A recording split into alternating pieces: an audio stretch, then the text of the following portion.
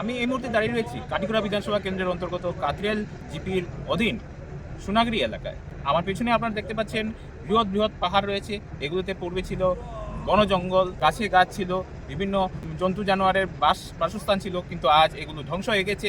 একটা চক্র এই পাহাড় কেটে ধ্বংসলীলা চালিয়েছে।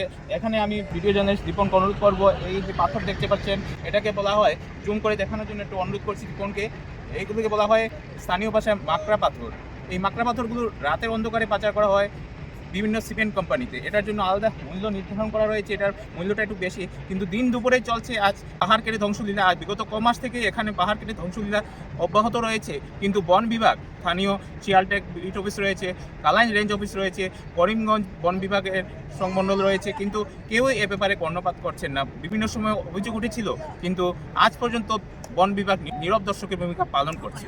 একই অবস্থা কাতিরেলের মোহনপুর কাটিগড়া থানাধীন করৈকান্দি এলাকা, কালাইন বৈকুণ্ঠপুর, পশ্চিম কাটিগড়ার রাজপুর এলাকারও। সেখানেও পৃথক পৃথক সিন্ডিকেটের মাধ্যমে পাহাড় কাটার এক অঘোষিত প্রতিযোগিতা চলছে। বন বিভাগ বা প্রশাসন এসব সিন্ডিকেট বা কারা পাহাড় কাটার ধ্বংসযজ্ঞে লিপ্ত রয়েছেন সব কিছু অবগত রয়েছে বলে একটা মহল দাবি করছে, কিন্তু কোনো ব্যবস্থা নিচ্ছে না কেন বিভাগীয় কর্মকর্তারা? কেন প্রশাসন সব কিছু জেনে শুনেও নীরব ভূমিকা পালন করছে? প্রশ্ন উঠেছে এলাকায়।